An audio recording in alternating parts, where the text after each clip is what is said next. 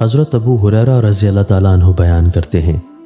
رسول اللہ صلی اللہ علیہ وآلہ وسلم نے فرمایا،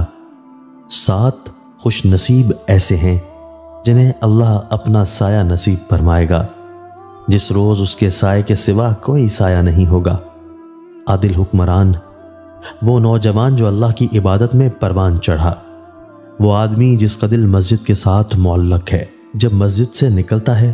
تو وہ مسجد سے لا تعلق نہیں رہتا حتیٰ کہ وہ وہاں لوٹ جاتا ہے۔ وہ 2 آدمی جو اللہ کی رضا کی خاطر باہم محبت کرتے ہیں، اسی بنیاد پر اکٹھے ہوتے ہیں، اور اگر جدا ہوتے ہیں تو بھی اس محبت پر قائم رہتے ہیں۔ وہ آدمی جس نے تنہائی میں اللہ کو یاد کیا تو اس کی آنکھیں اشک بار ہو گئیں۔ وہ آدمی جسے حسب و جمال والی دوشیزہ نے برائی کی دعوت دی تو اس نے کہا، میں اللہ سے ڈرتا ہوں۔ اور وہ آدمی جس نے جو صدقہ کیا اس نے اسے اس قدر مخفی رکھا حتیٰ کہ اس کا بایاں ہاتھ نہیں جانتا کہ اس کے دائیں ہاتھ نے کیا خرچ کیا ہے۔ حضرت عبادہ بن صامت رضی اللہ تعالیٰ عنہ بیان کرتے ہیں، رسول اللہ صلی اللہ علیہ وآلہ وسلم نے فرمایا، اللہ تعالیٰ نے 5 نمازیں فرض کی ہیں، جس شخص نے ان کے لیے اچھی طرح وضو کیا، انہیں ان کے وقت پر ادا کیا اور ان کے رکوع و خشوع کو مکمل کیا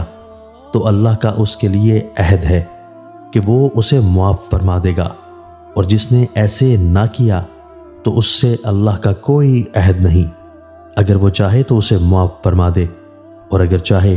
تو اسے سزا دے۔ سیدنا انس بن مالک رضی اللہ تعالیٰ عنہ سے مروی ہے